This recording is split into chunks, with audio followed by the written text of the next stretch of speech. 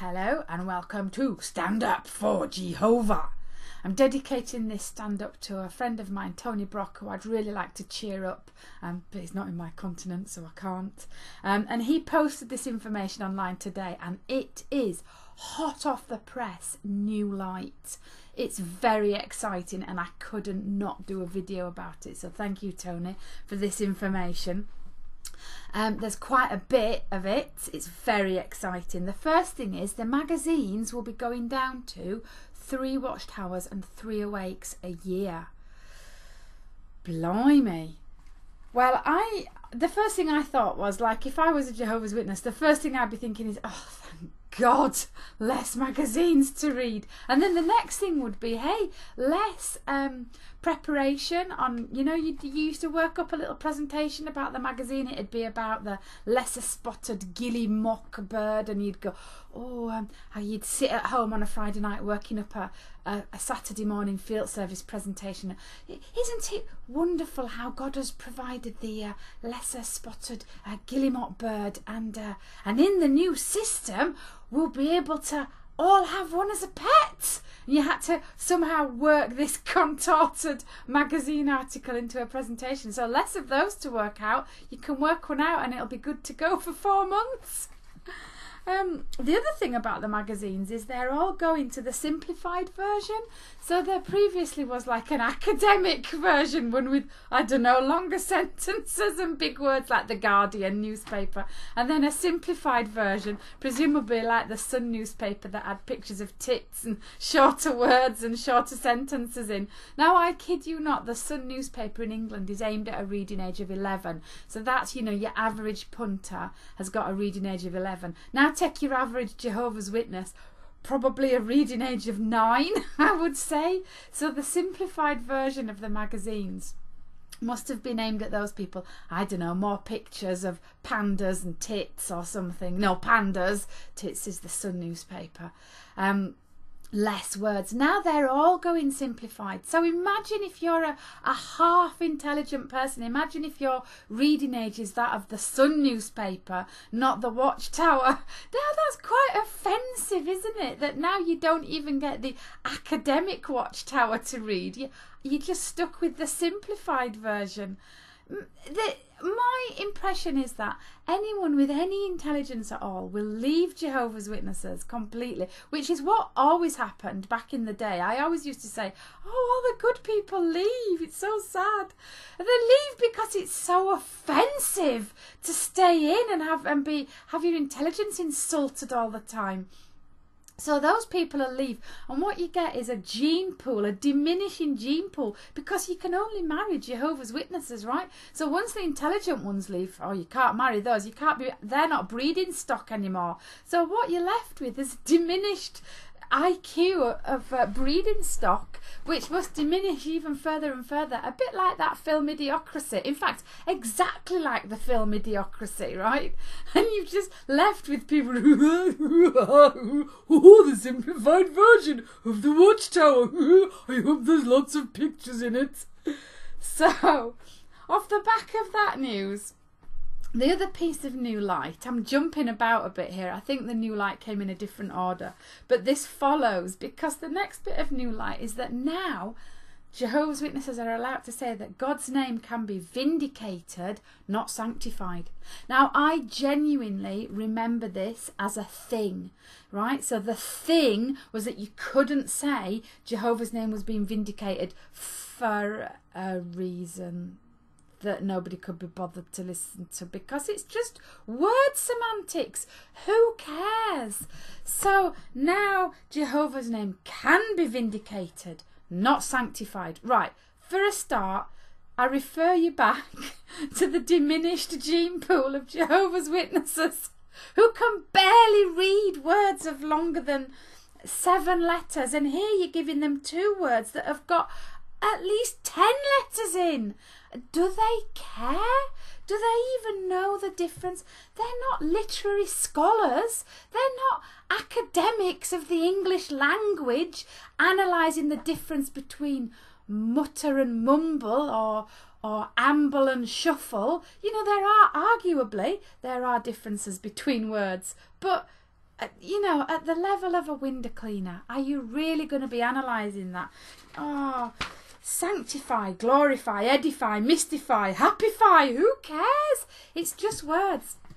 Here's the other thing I was thinking. So we're not, well, I say we, I'm not going to be one of them, but they're not sanctifying him anymore, they're vindicating him. What does that look like in real life? What do I do differently? When I get out of bed on a morning, how do I now vindicate instead of sanctify? What is that? What do I do? Do I pray differently? Do I put different clothes on? I don't know. What does it look like? Does it make any difference at all to anybody's daily life except God's? Except God's, because who knew that God was such a word pedant? Who knew that God was like, oh, here's some new light. I don't want to be sanctified anymore. I want to be vindicated. Didn't want to be vindicated for the last 100 years, but now I want to be vindicated.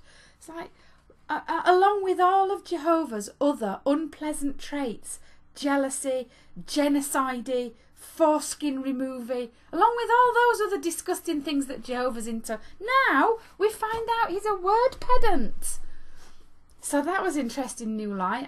I remember to ask people when they call on your doors, the next time Jehovah's Witnesses come round, say, I'd like to know whether you're still sanctifying Jehovah's name, because you do know that you could be disfellowshipped if you're not vindicating him. And what does that look like? Do you have a vindication dance? Vindy, vindy, vindicate. Vindy, vindy, vindicate. It's like that. Maybe it's like the conga at parties. Okay, the other bit of truly exciting new light was this. The temple in Ezekiel's prophecy was used to set the standard for true worship and has been in place since 1919. Do you know what? When I look back at my 30 odd years as a Jehovah's Witness, I'm ashamed. It was so obvious now, wasn't it? It was so obvious. How could we not see that the temple in Ezekiel's prophecy was used to set the standard for true worship and has been in place since? How did we not see that? It was obvious. Now it's like, oh man, it's like one of those pictures, isn't it? When you can see it, you just get it, don't you? So there's another exciting bit of new light for Jehovah's Witnesses, another one to ask them about on the doors, I feel. The other thing that's quite exciting is jumping back now as I am. The three watchtowers and 3 wakes, as well as going down in number and becoming simplified for people with very limited academic ability. Apparently the governing body are going to review this in 2 years. And if they think that 12 magazines are sufficient, they're just going to start reprinting the same ones. The same ones over and over again. So do you remember in Scooby-Doo when he's being chased down the corridor by a baddie? And the background is on a loop. It's like, bookcase, door, scary painting, bookcase, door, scary painting, bookcase, door, scary painting, bookcase, door, scary painting. I've got a feeling that the magazines are going to be the same now on a loop. And I was trying to imagine what that loop might be. Demonism, sex, scary tribulation edition. Demonism, sex, scary tribulation edition. Demonism, sex, scary tribulation edition. 3 magazines over and over again.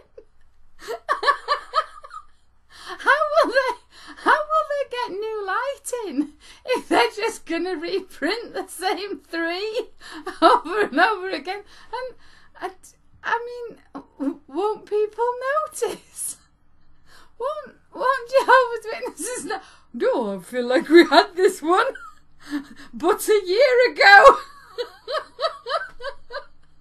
This is the same one. Oh, do you know what they could do though? Of course.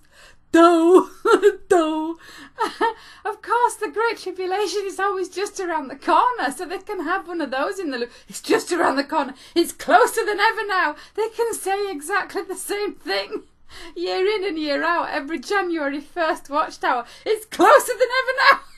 2018, it's closer than ever now. 2019, it's closer than ever now. 2020, it's closer than ever now. They don't even have to rephrase it. They've realised what we as apostates knew years ago.